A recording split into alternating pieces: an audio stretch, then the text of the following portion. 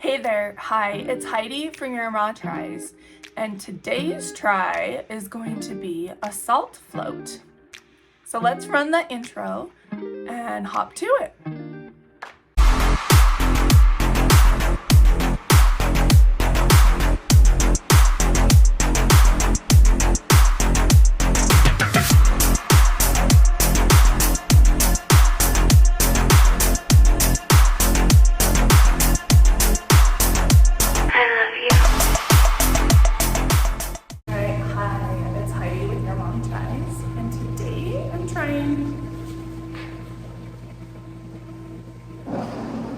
A float experience. So there's a lot of like Epsom salts in there, and it should be relaxing, a little bit like sensory deprivation, maybe not fully, totally. I might keep the lights on, that type of thing. So first I have to shower, and then we'll get in and have a good floating experience. Oh no, I forgot to put in my earplugs.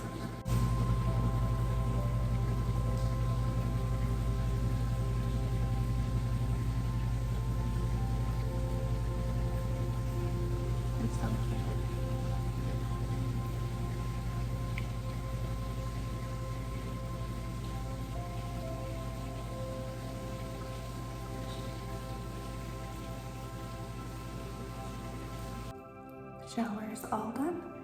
Time to get in.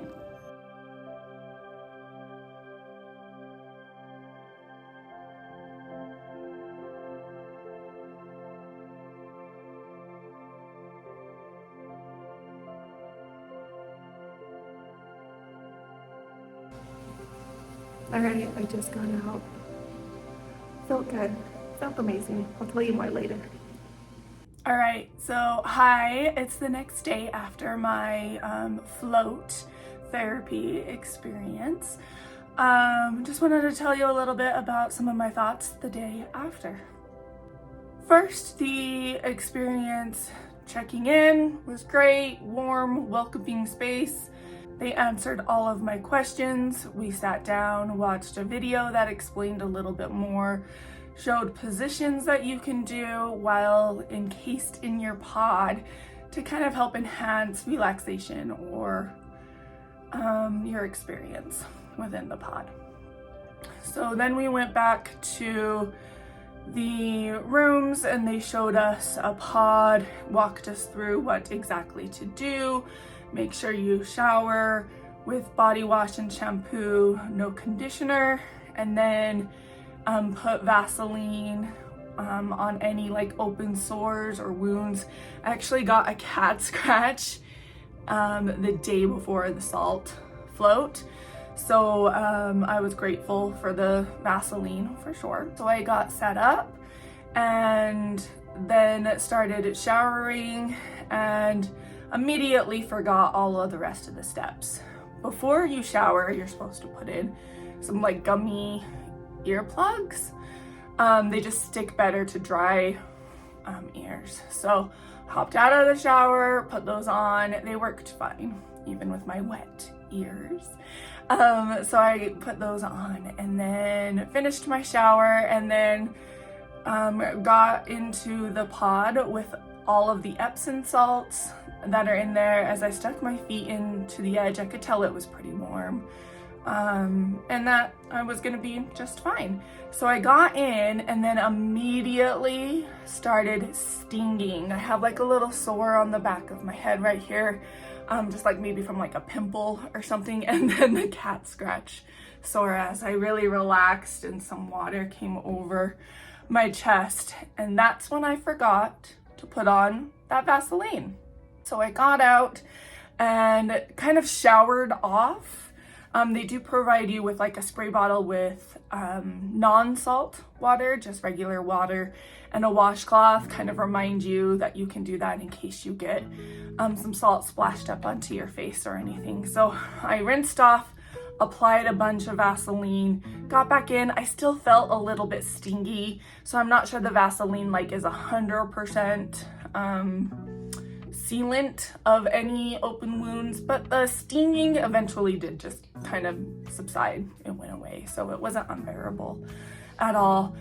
So before I did this experience, I know I'm a little bit claustrophobic, have some of those fears in me, as well as I don't particularly like water. Sitting there and floating doesn't seem to me to be relaxing. I just consistently, if I am in a pool, consistently worried about everything.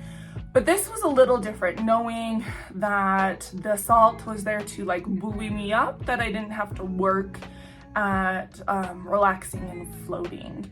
I kept the pod open for a little bit with the lights on, and then I did some deep breathing. I even did some like progressive relaxation where I think about my toes and then have them relax, and then I think about my shins and have them relax, and I worked up the body that way.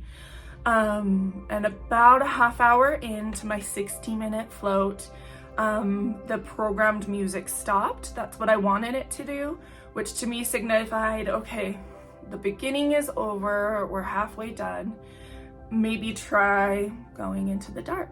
So that's what I did. I turned off the lights. The lights are easily accessible within the pod, and there's even like an emergency intercom button in case there's anything I need or in case of an emergency. I turned off the light. The pod didn't like close 100% of the way, but the room itself doesn't have any windows, and the light in the room is motion censored. So if you do close the pod doors, and then eventually the light in the room will also go off. So once that happened and it was complete darkness, I could not see my hand in front of my eyes. But as things adjusted, I think I could still see some lights like in my peripheral. Also, I don't know if what I was experiencing with those lights kind of off in my peripheral were real or imagined, because in these type of sensory deprivation experiences, it's often known that you can like hallucinate or see imagery or that type of thing. So knowing that that's something I could experience, I was on edge. I like to be in control of my circumstances, so I did not want to hallucinate. So I think that did raise my anxiety a little bit, and it decreased my relaxation. However, I just kind of wanted to push through it and keep telling myself to keep breathing and relaxing. As a larger person, one of my questions was at the beginning, was 10 inches of water going to be enough to help me be floating, right?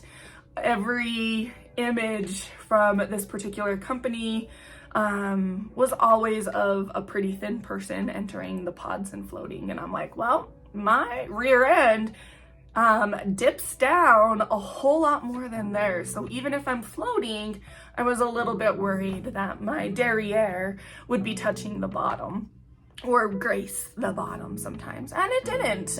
There was a couple inches below there. So I felt great and comfortable. I'm 5'6" and about 250 pounds. So that might give you a little bit of idea of the height. I was able to like fully extend my arms out and have my feet fully extended. I did run into the edges a little bit if I moved around. Now, part of what I did as well was I chose to go in naked.